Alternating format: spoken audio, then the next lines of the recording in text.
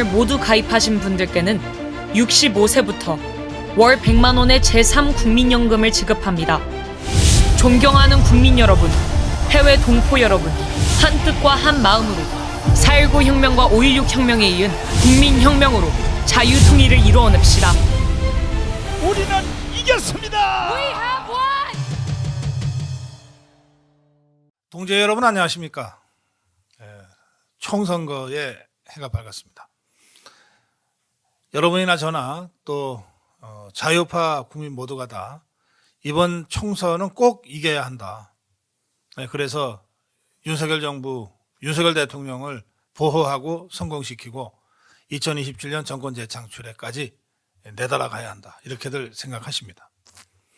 선거에서 이기려면 전략이 필요합니다.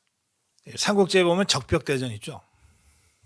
조조가 100만 대군을 몰고 호호탕탕 내려왔는데 10만의 촉오 연합군한테 대패했습니다. 조조가 목숨만 간신히 건지고 도망갈 정도의 참패였는데 왜 100만이 10만한테 그렇게 졌을까? 전략 때문입니다. 10만으로도 이길 수 있는 게 전략이고 100만으로도 대참패를 당하는 것이 이 전략의 부재입니다. 오늘 저는 동지 여러분께 이번 총선 그리고 2027년 정권 재창출로까지 가는 1년의 그 정치 과정에서 우리가 승리하려면 전략 구사를 제대로 해야 된다. 이 점을 말씀드리려고 왔습니다. 그러니까 전략이라는 게 뭐냐? 뭐 세상에는 100가지 사람이 있으면 100명의 사람이 있으면 100가지 전략이 있죠. 그런데 그 전략의 핵심은 뭐냐 하면 정치 본질에 정확하게 부합하는 것이어야 합니다. 무슨 얘기든 다 할 수 있어요. 그러나 그것이 인간의 본성, 정치의 본질에 부합하는 것이냐 아니냐에 따라서 전략의 승패가 결정된다고도 할 수 있습니다. 그래서 다소 좀 원론적인 말씀부터 제가 좀 드리려고 합니다. 자, 정치란 무엇이냐? 가치의 권위적 배분 체계라고 이제 정치학에서 가르치는데요. 이게 무슨 말이냐면 인간의 욕망은 무한한데 우리가 갖고 있는 자원은 얼마 없기 때문에 이 자원을 둘러싸고 사람들이 싸울 수밖에 없다는 거예요. 이 투쟁할 수밖에 없는 이 사람들한테 이 자원을 나눠주는데 이걸 그냥 대충 나눠줘서는 반발이 생기잖아요. 이것을 권위적으로 나눠준다는 겁니다. 일단 국가가 나눠주면 찍소리 못하게 만든다는 거예요. 그 권위적 배분 체계, 이게 국가입니다. 그러면 정치는 이 국가 권력을 둘러싼 권력 투쟁이죠. 선거는 이 국가 권력을 쟁취하기 위한 선거라는 방식을 통한 권력 투쟁입니다. 그러니까 우리가 선거에서 이기기 위한 전략을 구사하려면 인간의 욕망은 무한하다. 그런데 나눠줄 자원은 얼마 없다. 그래서 그 나눠줄 얼마 없는 자원을 나눠줬을 때 불만이 생길 수밖에 없는데 이 불만을 제압하는 권위를 갖고 있는 권력만이 질서와 평화를 유지할 수 있다. 그리고 권력을 유지할 수 있다. 이게 정치의 본질이다. 이 점을 여러분들이 늘 가슴에 새기고 전략에 대한 고민을 해야 됩니다. 자, 얼마 안 되는 자원을 사람들한테 나눠줬는데 나눠주다 보면 많이 받는 사람, 적게 받는 사람 생길 수밖에 없죠. 나보다 능력이 뛰어난 것 같지도 않는데 많이 받는다 그러면 불만을 갖게 됩니다. 그럴 경우에 그 불만을 갖는 사람들, 이 사람들을 승복시키는 힘은 두 군데에서 나옵니다. 첫째는 설득하는 거예요. 사정이 이러이러하므로 네가 좀 이해해라. 이렇게 설득하는 건데요. 이게 아주 좋은 방법, 평화적인 방법이긴 하나 잘 안 돼요. 그래서 어쩔 수 없이 두 번째 방법을 사용합니다. 이 세상에 있는 모든 국가 권력은 이 두 번째 방법을 사용합니다. 그게 뭐냐? 협박입니다.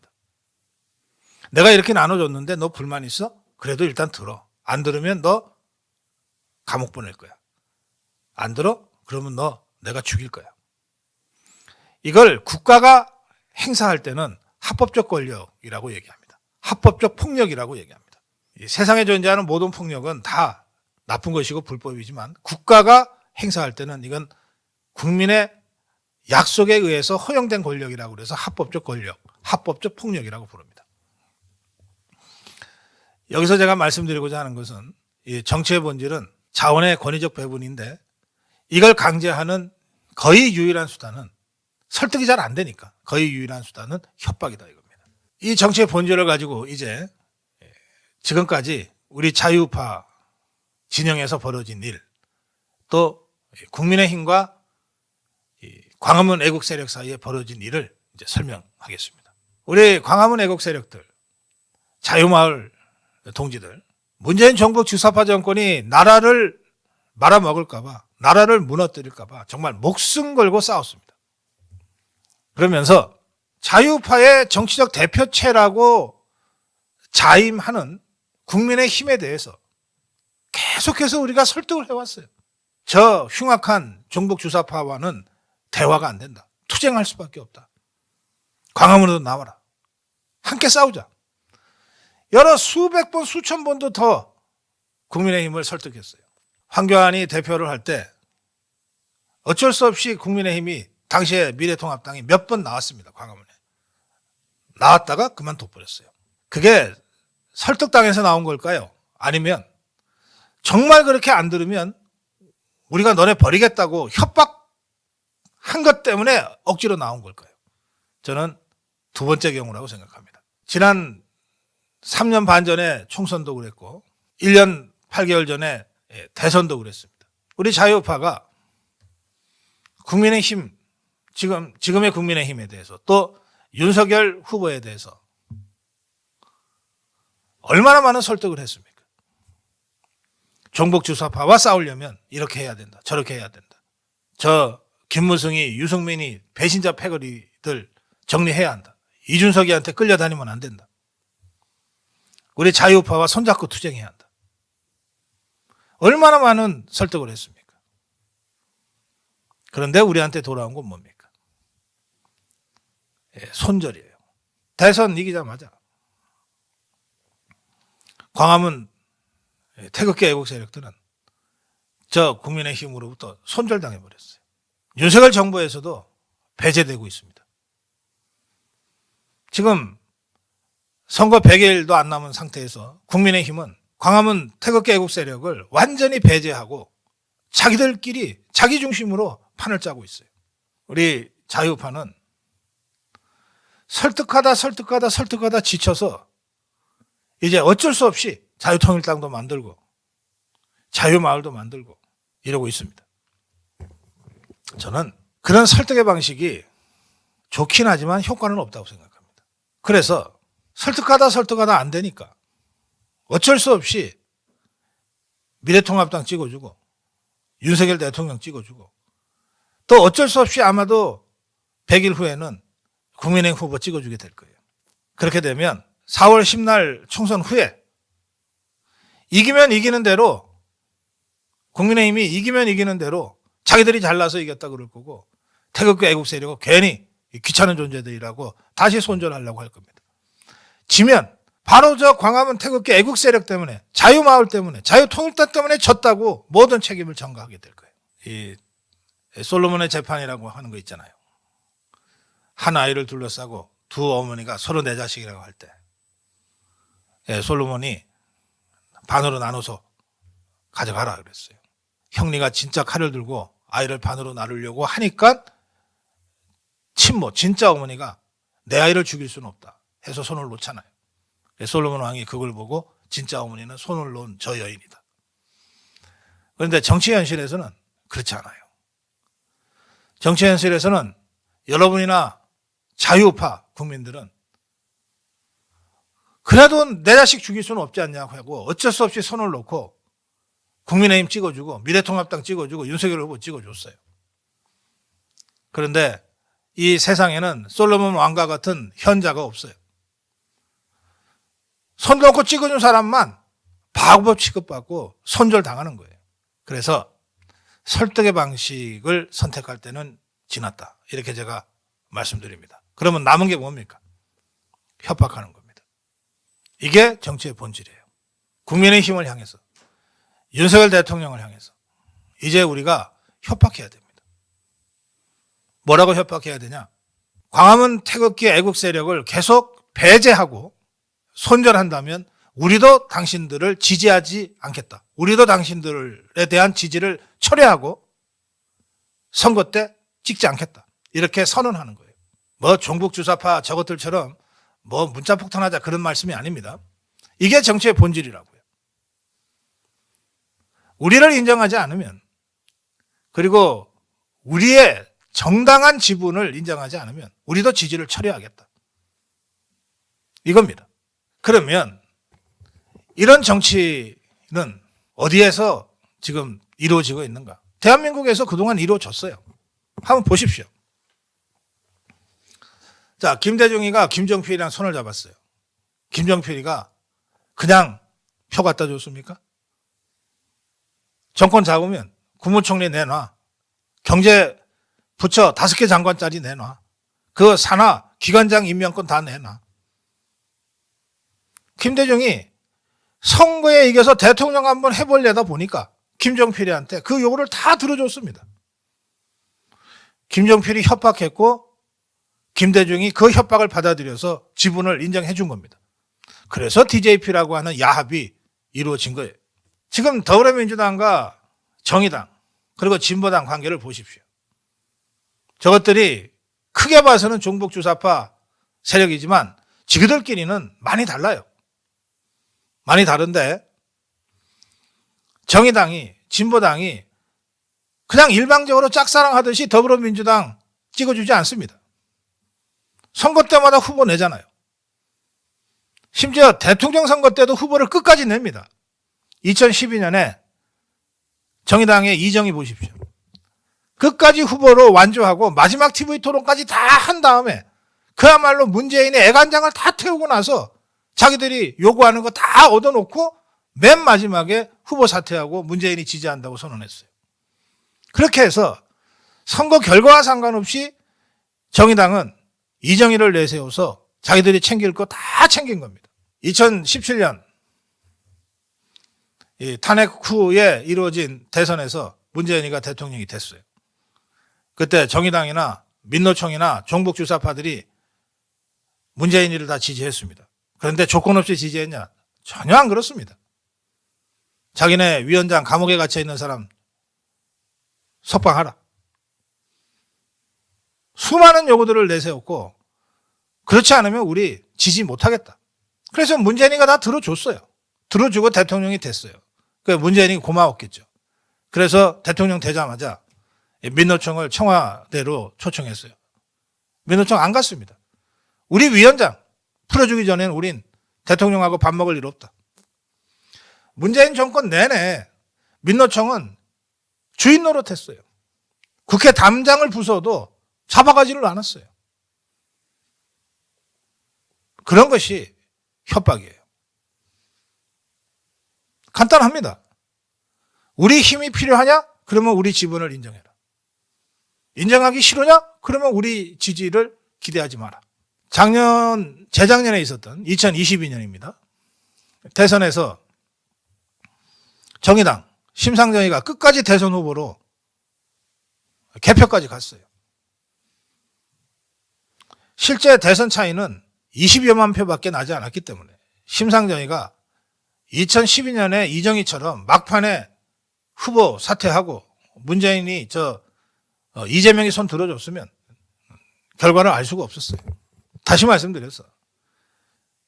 2022년 대선에서도 이 정의당은 자기들이 예전에 패스트트랙 하면서 위성정당 만들어서 쏘은 적이 있기 때문에 더불어민주당을 끝까지 믿지 못하고 요구를 다 내세웠어요. 요구 조건을 내세웠는데 이재명이가 그거를 안 받았어요. 그러니까 결렬된 겁니다. 우리 자유파나 종북주사파나 여당이나 야당이나 정치를 하는데 그 정치의 본질은 협박이라는 겁니다. 합리적으로 계산할 줄 아는 지도자라면 그 협박을 통해서 요구되는 지분이 어느 정도인지를 정확하게 계산해서 그 요구를 받아들였을 때 자신이 얻을 이익이 크면 받아들이는 거고, 그 요구가 너무 지나쳐서 자기가 얻을 이익보다 그 요구대로 해줬을 경우에 손해가 더 크다 그러면 안 받아들이는 거예요. 우리 자유파는 그 협박과 계산을 그동안 못했어요. 마치 그 솔로몬 재판에 나오는 친어머니처럼 마지막 순간에 마음이 약해서 늘 손을 먼저 놔버렸단 말이에요. 그리고는 손절당했단 말이에요. 그리고 뒤에 와서 우리가 다 했는데, 우리가 다 싸워서 권력 투쟁도 하고 정권 교체도 하고 대선 승리도 했는데 왜 우리 몰라주냐. 뒤에서 불평분자들처럼 그런 것만 있었어요. 이제 그런 바보 같은 짓 그만하자는 겁니다. 지금 대한민국에는 광화문 태극기 애국 세력만큼 크고 강력한 집단이 없어요. 저 전국 주사파들 백날 촛불 들고 모여봤자 그저 수만 명에 불과합니다. 딱 봐도 5만, 6만이에요. 그러나 우리 자유파 국민들 2019년 국민 대혁명 때 100만이 넘는 사람들이 다 3, 4, 5 손을 잡고 모였잖아요. 지금 대한민국에 우리 자유파만큼 더 강한 집단이 어디 있습니까? 더 숫자가 많은 집단이 어디 있냐고요. 자유민주주의는 1인 1표이기 때문에 머릿수가 한 명이라도 많으면 무조건 이기는 거예요. 그런데 왜 우리는 가장 많은 머릿수를 가지고 가장 강력한 응집력을 갖고 있으면서도 완전히 찬밥 신세고 손절이나 당하고 있냔 말이에요. 이게 정치화되지 않았습니다. 협박이라고 하는 정치의 본질을 꿰뚫지 못했습니다. 그래서 그 국면에 유효한 전략 구사를 제대로 하지 못했습니다. 조금 다른 말씀을 드리겠습니다. 우리는 자유민주주의 체제에 살고 있어요. 그것도 19세기, 20세기가 아니라 그야말로 다양한 집단, 이해관계, 계층이 있는 다원적 사회에 살고 있어요. 이런 사회에서는 어떤 정당도 대표권을 독점할 수 없습니다. 불가능해요. 모든 정당은 다 부분적인 대표성밖에 없는 거예요. 국민의힘이 자유우파 전체의 대표성을 갖고 있는 정당이라고 누가 인정합니까? 자유우파 정당인 것 같기는 한데 그중에는 배신자도 섞여 있고 사실은 좌파 같은 우파도 섞여 있고 진정으로 대한민국을 걱정하는 광화문 태극기 애국 세력은 거의 포괄하고 있지 못하잖아요. 그러면서 자유우파의 정치적 대표체를 독점하고 있잖아요. 이건 명백히 잘못된 거예요. 저 좌파들도 마찬가지입니다. 더불어민주당이 의석수는 많지만 좌파 진영 전체의 대표성을 주장하지 못합니다. 더불어민주당이 어떻게 정의당한테 큰소리 칩니까? 진보당한테 어떻게 큰소리 칩니까? 어떻게 동부연합한테 큰소리 치냐고요? 못 쳐요. 그들은 더불어민주당이나 국민의힘이나 대중정당에 불과합니다. 공산당 같은 전위정당이라면 우리는 계급의 대표성이 있다고 독점권을 주장할 수 있지만 대한민국에 있는 모든 정당은 다 전위정당이 아니라 대중정당이에요. 대표성을 독점할 수 없습니다. 따라서 많은 정당들이 대표성을 분점할 수밖에 없는 거예요. 우리 자유우파 진영을 보더라도 광화문 태극기 애국 세력을 대표하는 자유통일당이 있는가 하면 여러 종류의 사람들이 섞여 있는 국민의힘이 있는 거예요. 저 좌파들도 민노총, 전투적인 좌파를 대표하는 정의당이나 더 강경한 진보당이 있는가 하면 어중이 떠중이들이 다 모여있는 더불어민주당도 있는 거예요. 어느 정당도 진영의 대표성을 독점적으로 가질 수 없어요. 따라서 이런 상황에서 선거에 이기려면 연대와 연합이 불가피합니다. 어차피 특정 진영의 대표성을 독점하지 못하는 한 이 진영의 표 전체를 모으려면 진영에서 활동하는 재정당 사회단체와의 연대를 통해서 표를 모을 수밖에 없어요. 그걸 좌파들은 체질적으로 잘해요. 통일전선 전술이라고 하는 오래된 공산당 혁명 노선에 입각해서 통일전선 전술이라고 하는 전략구사를 아주 유연하게 잘합니다. 더불어민주당이 진보당한테 큰소리 안 칩니다. 우리가 대표다라고 큰소리 안 친다고요. 선거 때 늘 연대하죠. 때로는 이해할 수 없이 양보해 가면서 연대합니다. 지난번 전주 보궐선거 더불어민주당 후보 안 내잖아요. 그래서 진보당의 어떤 자가 국회의원 되잖아요. 이런 식으로 분립하고 연대하는 거예요. 그런데 우리 자유우파는 분립을 제약시해요. 자유통일당이 만들어졌다는 것만으로 분열한다고 손가락질 한다고요. 이거는 정치가 뭔지도 모르고 더구나 대중정당이 어떤 건지도 모르는 그런 그런 소리입니다. 그래서 우선 자유우파 진영에도 정체가 불분명한, 그런데 어쨌든 자유우파 같기는 한 국민의 힘이 있고, 광화문 태극기 애국 세력에 확실한 자유우파 정체성을 가진 전투적인 자유주의 정당 자유통일당이 있다. 그 밖에 우리 공화당도 있고, 또 정당은 아니지만 정당 이상으로 강력한 투쟁력과 동원력을 가진 수백 수천 개의 우리 자유우파 단체들이 있다. 이렇게 놓고 봐야 돼요. 이게 다 제각각 분립할 수 있는 근거들이 있는 거예요. 이렇게 해서 각계약진을 하다 보면 진짜로 분열이 될 수 있어요. 각계약진 하다가 선거를 앞두고 함께 연대할 수만 있다면 분립과 연합이라고 하는 정치의 최고 수준의 전략 구사가 가능해지는 거예요. 그러면 이 연합의 책임은 누구한테 있는가? 모두에게 다 있습니다. 그 중에서도 덩치가 큰 정당의 책임이 더 크죠. 당연히.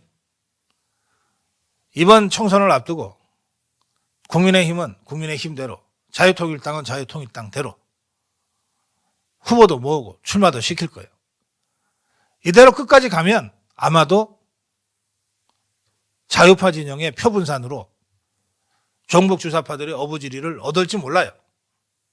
그럴 때 이 분열을 막을 책임이 누구한테 있느냐? 국민의힘한테도 있고 자유통일당한테도 있어요. 그런데 더 큰 책임이 어디에 있느냐? 그건 당연히 덩치가 더 큰 국민의힘한테 있는 거예요. 책임 뒤집어쓰기를 겁내지 맙시다. 어차피 한두 번은 겪어야 될 일이에요. 다시 2년 전 대선으로 돌아가서 한번 보십시오. 정의당이 심상정의를 끝까지 완주시켰어요. 그리고 그게 얼마나 영향을 미쳤는지 모르지만 어쨌든 이재명이가 졌어요. 지고 난 다음에 더불어민주당이 이재명이가 정의당이나 심상정의를 너 때문에 졌다고 비난하고 그랬습니까? 그런 거 보셨어요? 거꾸로죠. 야, 저것들 말 안 들어줬다고 끝까지 나가서 우리가 지게 만드네. 야, 조심하자. 신경 거스리지 말자. 다음 선거에도 쟤네들 힘을 우리가 빌려야 돼. 웬만하면 요구하는 거 이제 앞으로 들어주자. 협박이 먹히는 거예요. 정의당의 협박이 먹히는 거라니까. 그래서 저는 이번 총선을 앞두고 국민의힘이 이 분립과 연대를 이루어 나가는 더 큰 책임이 있다고 하는 점을 분명히 하고, 그리고 광화문 태극기 애국 세력, 자유통일당, 그리고 자유마을은 이 국민의힘에 대해서 합리적인 수준에서 계산할 수 있도록 협박을 해야 된다. 이렇게 말씀드립니다. 우리의 요구를 받아들여라. 그렇지 않으면 우리는 지지를 철회하겠다. 우리의 요구를 받아들여라. 그렇지 않으면 우리는 독자적인 후보를 낼 수밖에 없다. 우리의 요구는 1, 2, 3, 4, 5 이것이다. 근데 이 요구가 단에 날아가는 요구가 나와서는 연대가 성사 안 되겠죠. 누가 봐도 합리적으로 저 정도 수준은 요구할 수 있어 라고 하는 그 지점이 있는 겁니다. 이걸 내놔야 비로소 밀고 당기고 물밑 협상이 되고, 그래서 이른바 정치의 최고 예술인 연합이라고 하는 게 가능해지는 겁니다. 이런 연합 전략을 구사하는데 쫄지 말자고요. 이거는 모든 정치 현상에 나타나는 것이고, 동서고금을 막론하고 수천 년의 역사 중에 분립과 연대가 없었던 정치는 한 번도 없었다는 겁니다. 유일하게 우리 자유우파만이 분립을 분열이라고 비난하고 아예 연대는 엄두도 내지 못하는 그런 바보 같은 모습을 그동안 보여온 겁니다. 그래서 국민의힘을 설득할 수 있고, 그래서 윤석열 정부를 우리 자유우파가 생각하는 방향으로 견인해낼 수 있다면 그것도 방법 중에 하나예요. 근데 그렇지 않잖아요. 협박하지 않으면 겁내지 않습니다. 겁내지 않으면 견인당하지 않습니다. 우리가 윤석열 대통령을 지키고 윤석열 정부를 지키고 윤석열 정부를 성공시켜서 2027년 대선 정권 재창출이라고 하는 그야말로 포기할 수 없는 이 숙제를 풀기 위해서라도 윤석열 대통령과 국민의힘을 자유우파의 기본 정치 노선에 맞게 견인해야 되잖아요. 무조건 따라간다고 해서 정권 재창출이 될 것 같습니까?